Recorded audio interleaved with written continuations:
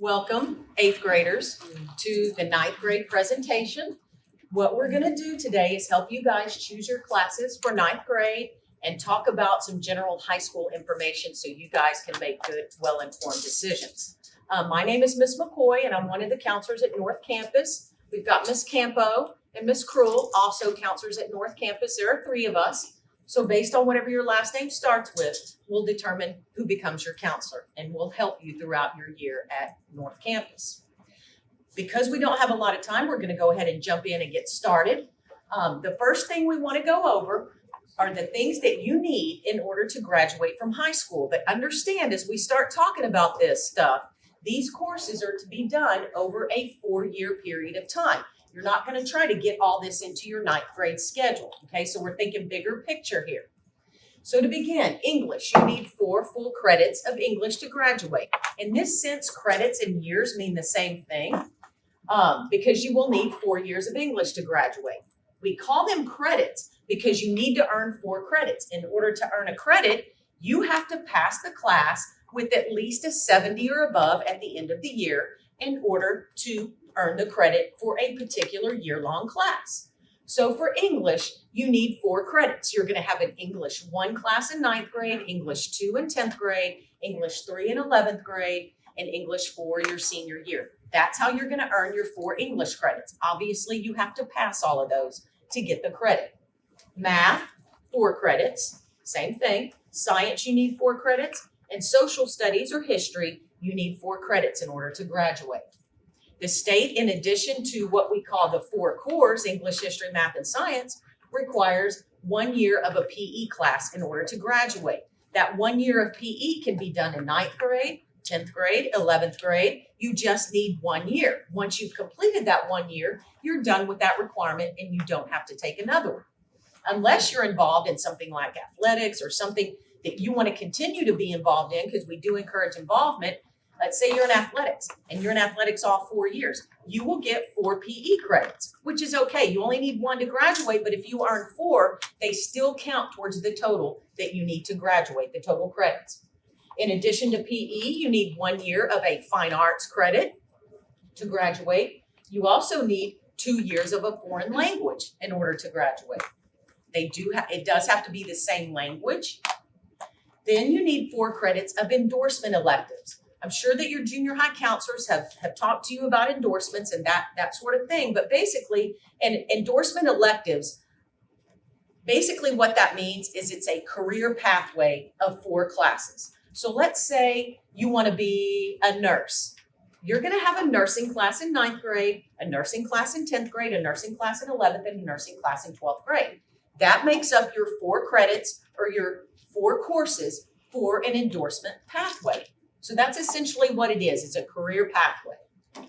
The last thing, you need 2 elective credits. Those are just classes that you get to choose that you like. It can be from anything that we offer, and it's whatever you're interested in. You get a couple of classes of your choice.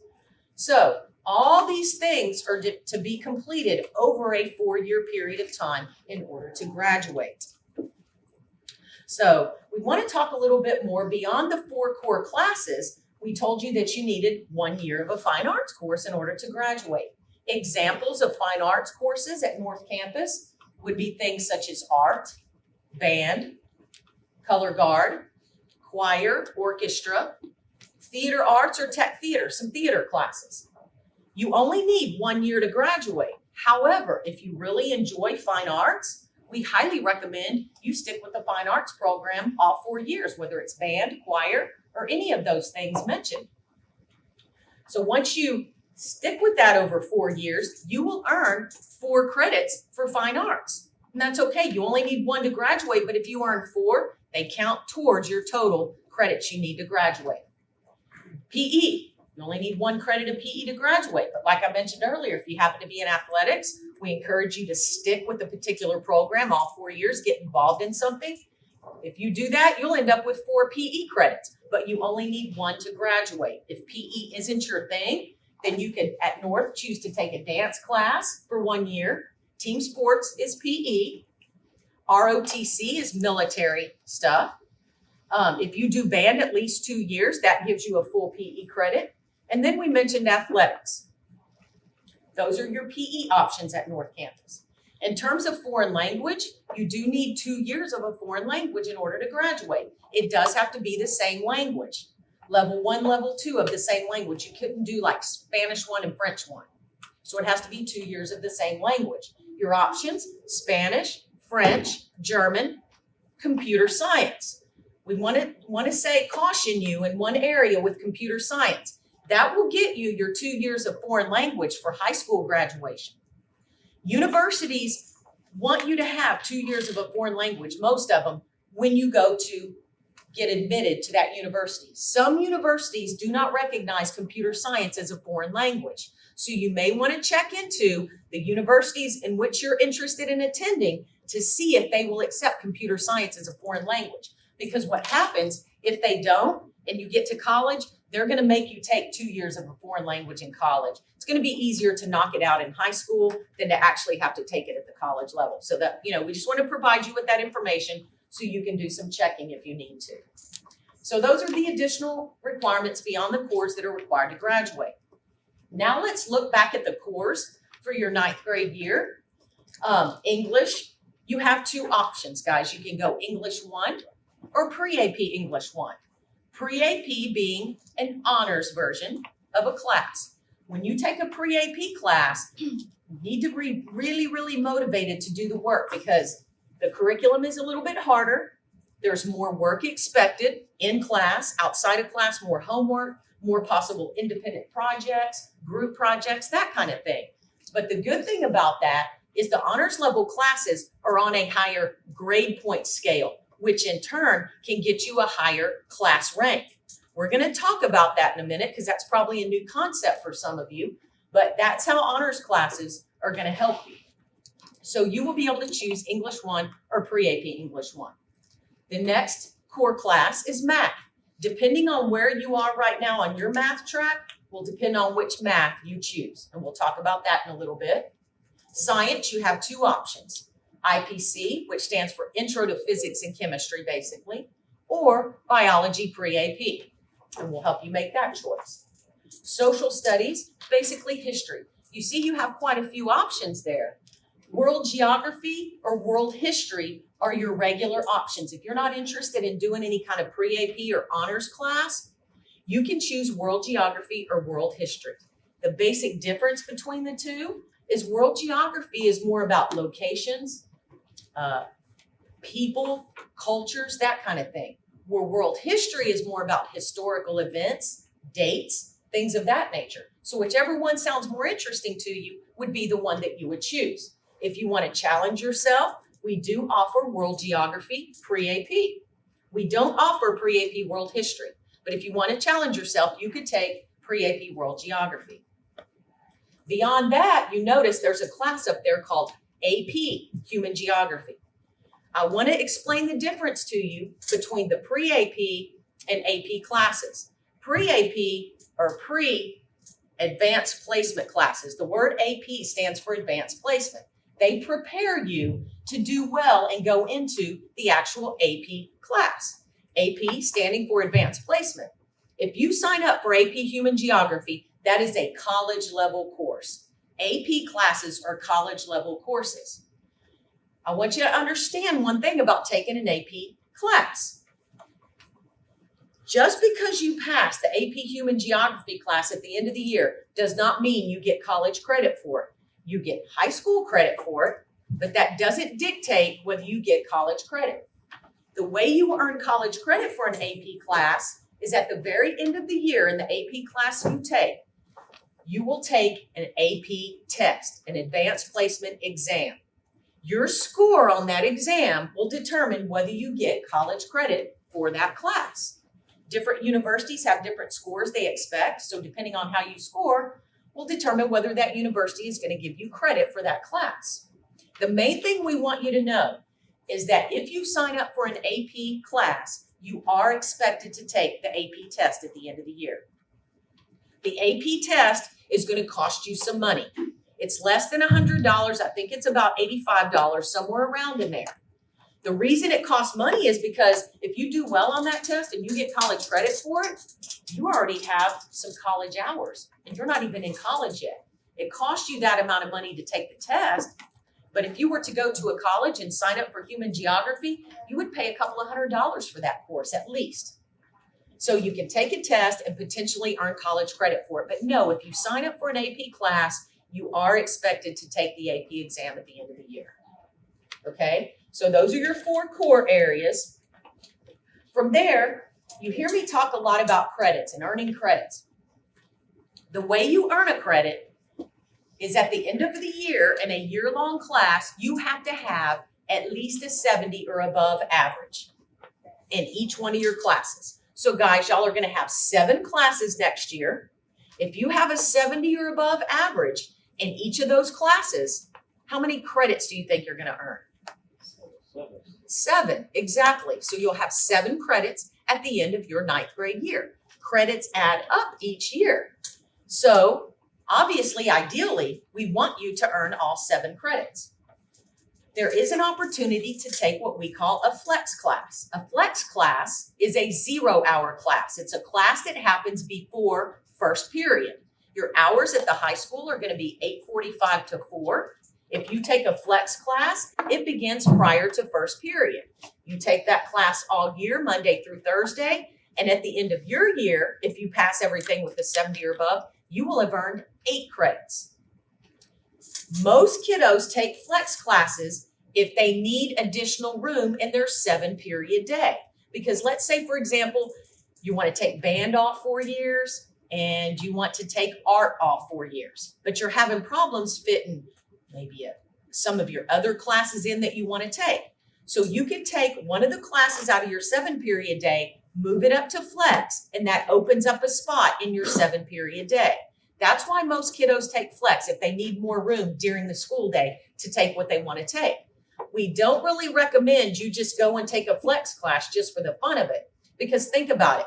If you do that, you're taking 8 classes a year, while your counterparts, maybe you're just taking 7 classes. And if you're only having to focus on 7 classes, you can do better with your grades, not having to focus on that extra class. But I'm not telling you, you can't take a flex class, because you can take a flex class anytime you want. We're just giving you information so that you can make them informed choices and the choice that works best for you. Okay, so that's what flex classes are about. The flex classes are not available yet. The information's not out. But as soon as it comes out, your junior high counselor is going to provide you that information. So another thing about high school is that the curriculum gets a little bit harder. It's more rigorous. So some of you may need to get tutoring next year. We want you to know there are opportunities available for that. Every Monday through Thursday, your teachers offer morning tutoring from 8 to 8:40. If you can't make it in the mornings, then in the afternoons, Monday through Thursday from 4 to 5 after school in our Success Center, you can get tutoring and you can get help. If you have a ride home, great. If you don't, we have a late bus that will take you home. So if you guys need tutoring or extra help throughout the year, that's how you're going to get it. Okay? Your total credits determine your grade level.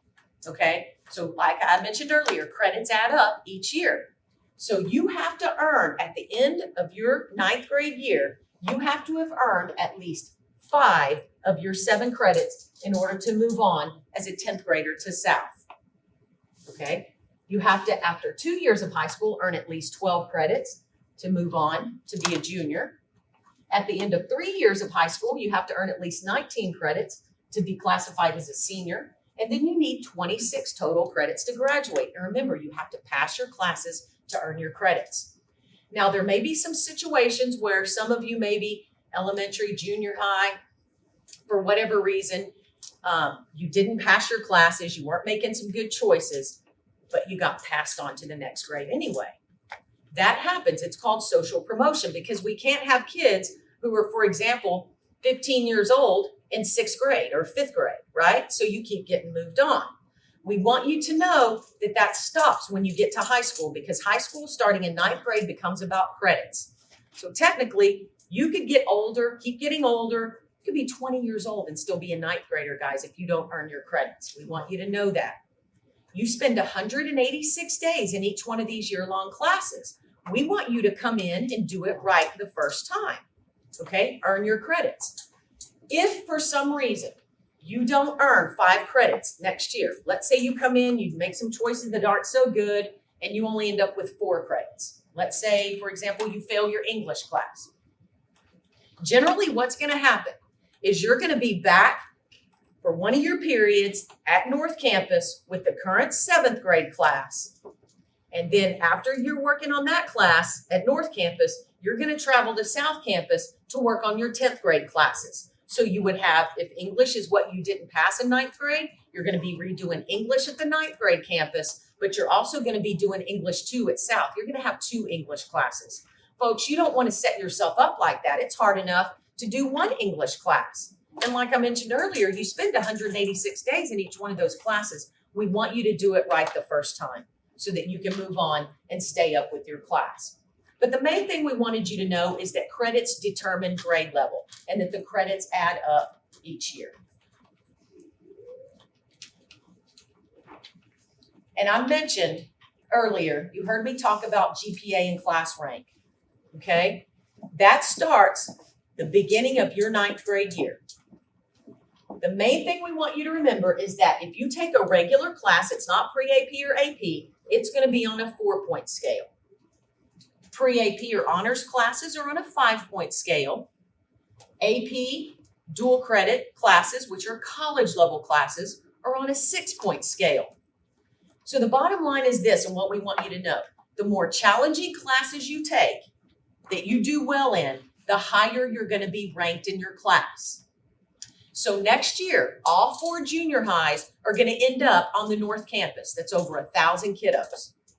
Okay? At the end of first semester of your 9th grade year, when y'all leave for Christmas, we're going to calculate your grade point averages and class rank. Sometime in February, we're going to give you a little slip of paper that has your GPA and class rank on it. The person with the very best grades out of all 1,000 kiddos is going to be ranked number 1. The person with the second best grades is going to be ranked number 2. Okay? And so on down. The person with the worst grades is going to be ranked number 1,123. However many kids are in the class. So everybody's class rank goes based on how well you do in your classes. The more upper level classes you take and you do well in them, the higher your class rank. You get a lot of good opportunities out of having a good class rank. You can get potential scholarships for college, free monies to go to school, honors, awards, that sort of thing come out of a high GPA and class rank. So there's quite a few reasons why a high class rank can be helpful to you. Okay. The final thing that I need to discuss with you is we talked about the foundation, the classes that you have to take in order to graduate. On top of those, you need to pass 5 STAR tests. The top row of STAR tests, depending on your situation, you will take 1, 2, or 3 of those STAR tests next year, just depending on your individual situation.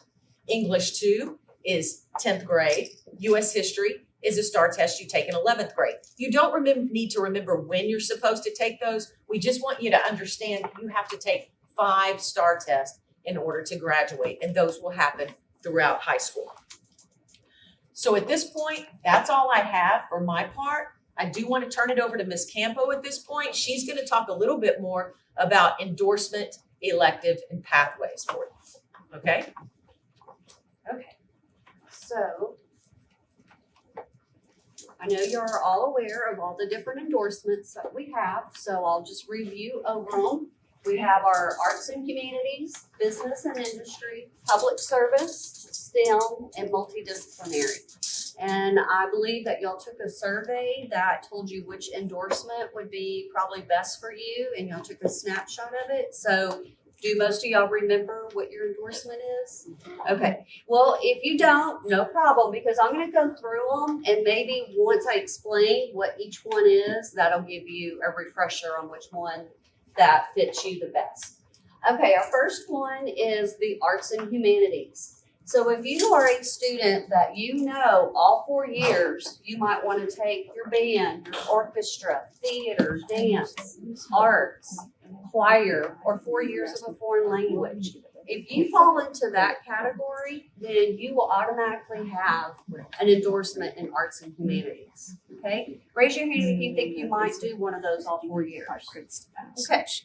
All right, so just know if you could get more than one endorsement, but that's how you get arts and humanities. Our next one is business and industry. This one is our largest endorsement. It has the most electives in that area. Some examples, there's a lot more, but just some examples, like the culinary program. If you're interested in cooking, we have a great program for that. If you're interested in agriculture, if you want to raise an animal, be a part of FFA, that would be a great class to take. We also have like your welding and construction. Those fall under business and industry. Photography or broadcast journalism, that's business and industry. Working on cars, computers, all of those would fall under the business and industry. And you don't have to get it out, but I did want to refer, but you don't have to get it out. This is a list of all of our endorsements and all of the pathways and classes that you could take for each endorsement. We will go over it more in just a little bit, but I wanted to show you, look how many are under your business and industry. Lots and lots of different choices, okay? Okay, the next one is our public service. And you can kind of think of this endorsement as any career where you are helping others, okay? So we have, of course, our first responders, our police officers, firefighters. Any of those would fall under public service. The medical field, that is a broad field. You could go from, your doctors to your nurses to your therapists, counselors, anything that would work in a doctor's office, hospital, any type of facility. So lots and lots and lots of options for that. Then this is just another example. Any career working with children, like being a teacher, you would pick public service. And then, of course, the military, like if you were interested in ROTC or some law classes, you would be under public service, okay? The next one is STEM. Raise your hand if you are already taking either Algebra 1 or IPC. Are any of you in here doing that? Okay, so we have one. Because if that's you, then you are already on track to get a STEM endorsement, because one way to do that, the science and math, if you have 5 years of either your science or math, then you automatically get a STEM endorsement. So most of you, that's not for you, but if you're interested in technology or engineering, you can still take classes and get a STEM endorsement for that. Okay, any of you in Avid right now? Okay. If you are a student who you think you're going to take Avid, and even if you're not in Avid right now, you could still definitely apply and take it in high school. But if you did that all 4 years, that would fall under the multidisciplinary. Or if you do an athletic class all 4 years, that would fall under multidisciplinary. Or say, I'm just not really sure what I want, because how old are y'all right now? 13, 14. So, it's hard to know what you want. Even as young adults, we still don't know what we want. So that's okay. We're here to encourage you to explore different career choices, or if you know for sure you want something like public service, the medical field, then we're going to say, hey, these are the classes you need to take. But that's not all of us, and that's totally fine. So if you decide, well, you know what, I'm going to try some teaching classes first, and you get in there and you're like, I don't think teaching is what I'm going to enjoy, then you might want to think, oh, okay, I'm going to try the health field. I'll take a class, medical terminology, to learn about that. So if that is you, by the time your senior year, your counselor is going to look at all the elective choices you took. And if you don't have those 4 electives in that one certain endorsement, we're going to put you in multidisciplinary, okay? And all of the endorsements are equal. It's not one is better than the other. It's just where you're going to fall with the classes you take, okay? And then just to kind of summarize everything that you need to graduate, we take the cupcake as a visual, and the foundation, the cake part, these are all of the classes that Ms. McCoy just talked about that you have to graduate. Then the icing part, that's what I just talked about. We look at that as, okay, I know I have to have an endorsement. And then the stars, that represents the STAR test. Do you remember how many you have to take and pass? 5. Very good. So that's a total picture of everything you have to graduate. And then the last thing that I will talk to you about are the clubs and organizations that we have at the 9th grade campus. We have this flyer in your little booklet. It's super, super important to stay involved. Like if you're already gonna do your band, choir, orchestra, any of those fine arts, or you're already in athletics, that's a good way to start because y'all, 4 of the junior highs are coming together. You're gonna meet so many new friends, so we want you to be involved. So if you're not already plugged in, make sure you look at these different the clubs that we have and get involved. There's a lot of fun things. Some are offered at North, some at South. Okay, we're ready to start filling out your coursework. All right. So everybody has something to write with. We prefer you do this in a pencil so you can make some changes, but go ahead and get out your long course selection card and the long white endorsement pathway sheet that Ms. Campo just showed you. You'll need both of those out. Please put your first and last name at the top with your ID number. Write as neatly as you can because we're going to take a look at these during the summer. We want to be able to read your name.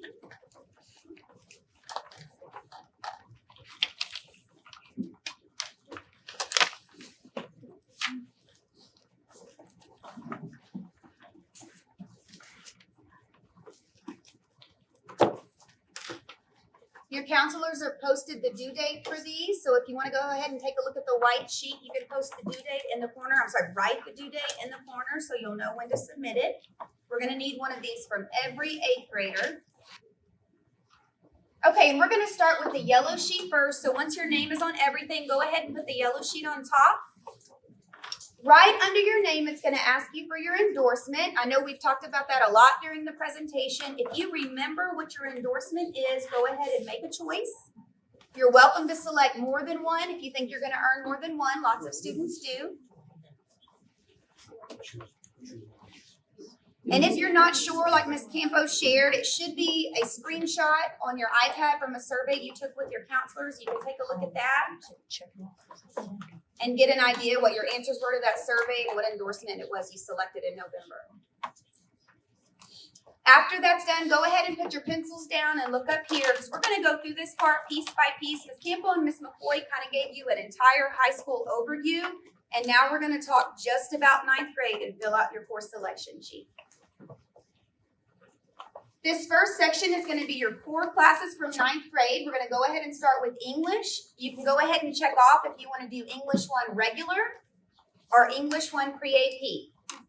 If you did not do pre-AP language arts as an 8th grader, that doesn't mean you can't. In high school, there's a couple of things we want you to think about if you didn't do it as an 8th grader. Think about what kind of student you are. You know how you are as far as organization and keeping up with deadlines and getting your schoolwork turned in. We also want you to visit with your current language arts teacher. They've been teaching you all year, see what they have to say about it, and then also your families. Pre-AP is more of a commitment than a regular class, so make sure you have those conversations if you're going to commit to one, especially if you haven't already. There is also a summer reading requirement for English 1 pre-AP. It's usually 2 or 3 novels that our English teachers expect for you to have read over the summer before 9th grade starts, so keep that in mind as well. Next thing is math. This is going to depend on the math class you're in now. So listen for your math class. If you're an 8th grade math student this year, you need to check off Algebra 1. That's what you'll take in 9th grade. If you're already in algebra, you're going to select geometry. And if you're already a geometry student, which maybe will just be a few of you, you'll select Algebra 2 for 9th grade. Let me say that one more time. If you're in 8th grade math, check off Algebra 1. If you're already in Algebra 1 this year, select geometry. And if you're in geometry, select Algebra 2. Coming over to science, same is true for science. It's going to depend on the one you're in right now. So if you're an 8th grade science student, you're going to be in IPC next year, integrated physics and chemistry. If you're already in IPC, select biology.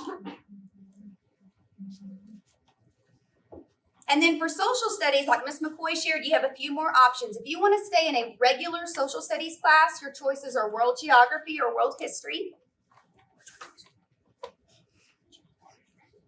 If maybe you're in pre-AP world geography this year, you want a little more challenge, you do have the option to take a pre-AP world geography class. It's not on your cards. You're going to write that in for us.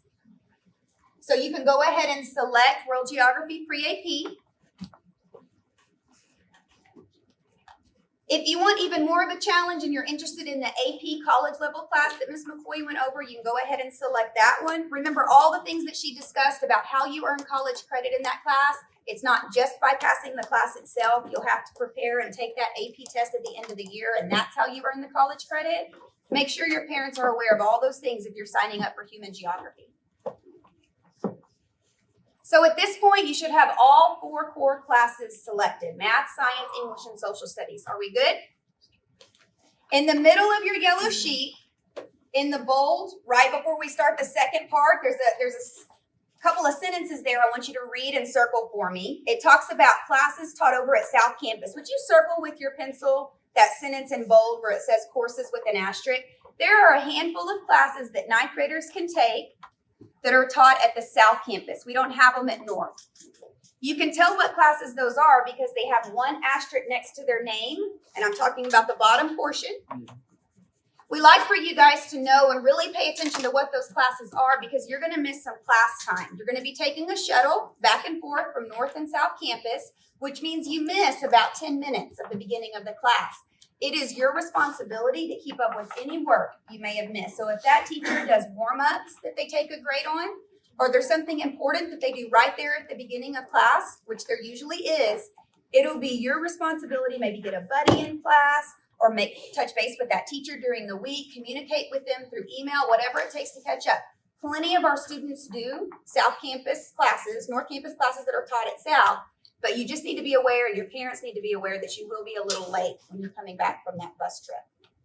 And then right underneath that, above it, it says if there's a class with 2 asterisks, that's a class that's only taught at North, meaning it's not even offered at South Campus. So I know you got a visit last month, I believe, from Mr. Barrier and Ms. Weaver, and talked about a lot of the CTE classes that the high school offers. If you heard something that really interested you that you're for sure you want to take as a 9th grader, and you notice that it has 2 stars next to it, then you need to make sure that you get that class in for 9th grade because you're not going to be able to take that later. It's not even offered at South Campus.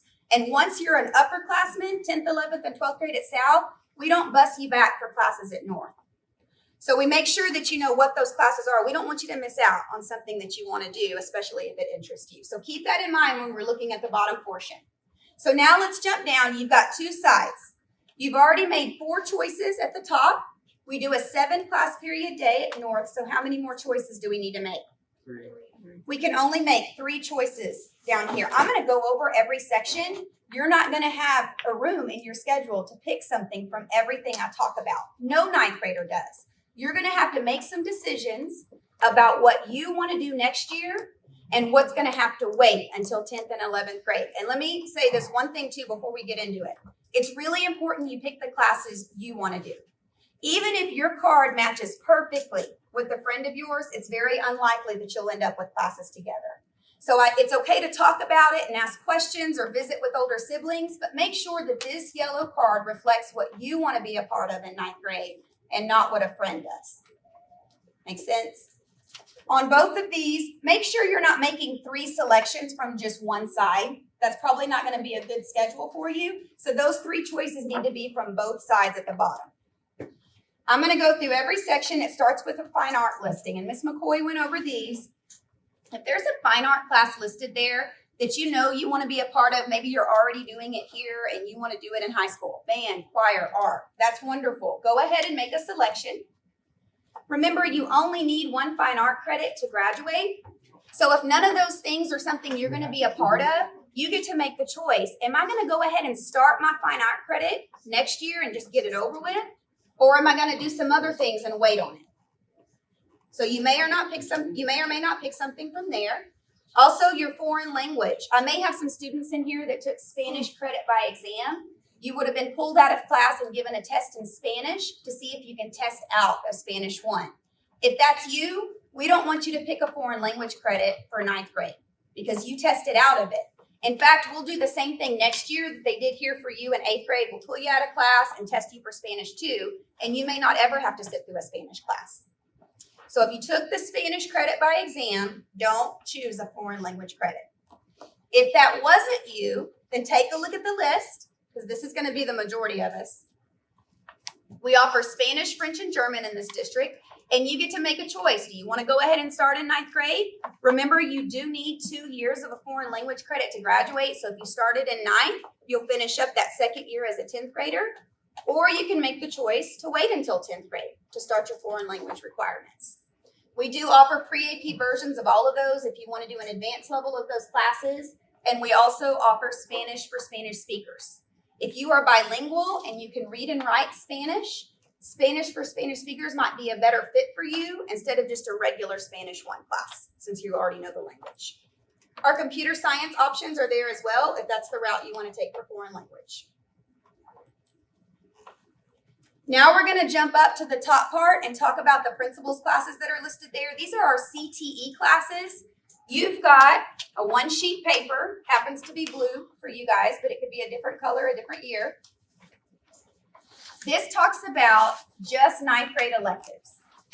So if you're looking at that list right here, but you're not quite sure what those classes mean, this gives a short description. So you can refer to that this afternoon or read through it as you're picking them. Also, when we go over the pathway sheet, we'll talk more about these classes because that pathway sheet, once you choose your career pathway, may help you figure out which principles class to start with. That middle section on the right-hand side are just a handful of other electives. Like it's already been said, we do have Abbott at North Campus. We've got some journalism classes, and those computer science options are listed there as well. So they're on both sides. Don't let that confuse you. And then that last part at the bottom are your PE choices. Remember, you need 1 year of a PE credit to graduate. Again, you can decide to take that next year, or you can hold off on it and take it later. Your choices are aerobic dance, boys and girls PE. If you want to do the military program we have, ROTC, that's listed for you. Let's talk about athletics, though. Who in here thinks they may want to play a sport in high school? A few of you? So on your course selection sheet, what we're going to ask you to do is right next to athletics, would you write in the sport that you want to play? And if you want to play 2 sports, write in the sport that comes first in the school year. So for instance, if you want to do football and basketball, football comes first. So write football next to athletics and check it off for us. When it comes time to put in your course request into the computer, you're going to be able to put in whatever sport you want to play. However, that doesn't mean you get to stay in that sport. So you'll put in what sports you want to play. Those coaches will get the roster. They communicate with junior high coaches. Some of them even do some things over the summer, but then they submit a list of names to us, and we remove students that the coaches don't pick so you can get cut from the team. So you'll get to put it in. You may get to put in soccer, swimming, or volleyball, whatever it is you hope to play, but just know when it comes time to pick up your schedule in the summer, you may see that that sport has been taken out, and we've put in one of your backup classes, which I'm going to talk about next. At the bottom, would you circle for me the 2 blanks? I don't want you to forget to do that part. This is where you can put in alternate classes. It doesn't happen too often, but sometimes there's a class that fills up, meaning so many 8th graders pick it that we don't have room for everybody. So we're going to have to pull these cards, which we do all the time over the summer. And if your name was one that there just wasn't room for, so maybe one of these classes didn't work out, we're going to see what your backup choices were. We would rather put you in a class that you've listed as something you're okay with than just picking ourselves. And that's what we'll do if you leave this part blank. We'd like for you to take classes that you enjoy. So make sure you give us 2 alternates, 2 backups in case something else doesn't work out. So 4 choices at the top for your core classes, 3 choices at the bottom, and we need 2 backup classes. If you flip to the back, we'll get to it in just a second. This is some information for you and your parents to review this evening. There's 2 places for a signature. The top signature line is if you choose a class that's taught at South. One of those classes you have to ride the bus back and forth. We want your parents' signature so that we know that you and your parents understand you're going to miss a little bit of class time choosing that class. And then at the bottom, everyone signs here. And if you want to go ahead and put your signature there, that would be great. It would be a really smart idea to take all of this home this afternoon since it's fresh on your mind. Discuss it with your parents, grandparents, whoever you live with, and have them go ahead and sign. And go ahead and turn it into your school. What teacher do you guys are doing? ELA teachers? Math teachers.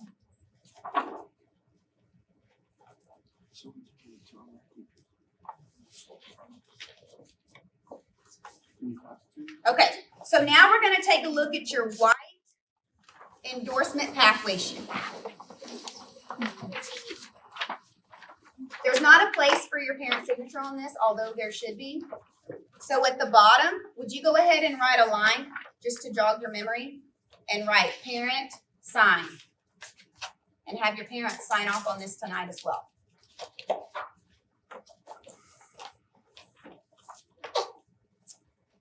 All we want from you on this sheet is we want to get an idea of the endorsement and then the pathway under the endorsement that you're thinking about taking in high school.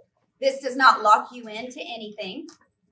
Anything you circle doesn't mean you have to take these classes. We know you're going to change your mind. That's why we had you do everything in pencil, okay? We just want an idea of what you're considering. We want you to try to pick 2.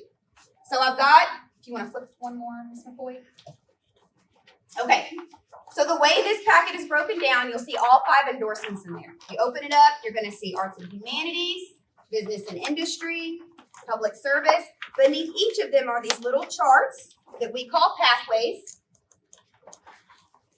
So think about what endorsement you've chosen. If you're a public service endorsement, you need to flip the public service on the endorsement pathway sheet and then find the chart that fits what you're interested in. So if you know you want to be a police officer, you're going to look for the law enforcement classes. Once you find that, you're just going to put a big circle around the pathway.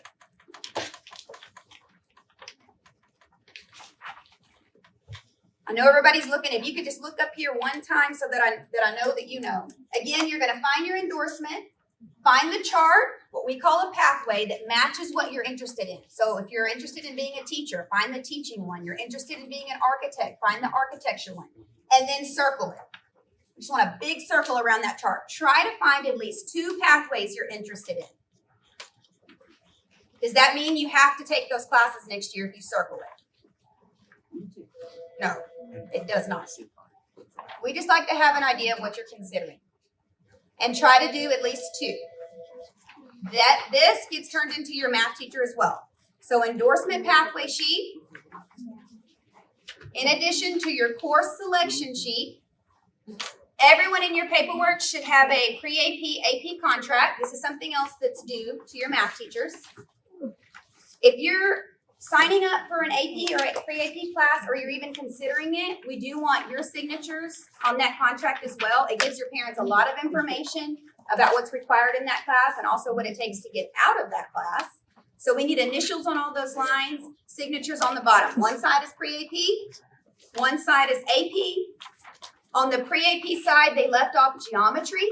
So if you're an algebra student, so you know you're taking geometry next year, you need to go ahead and write that in. It doesn't matter what box, just write in geometry.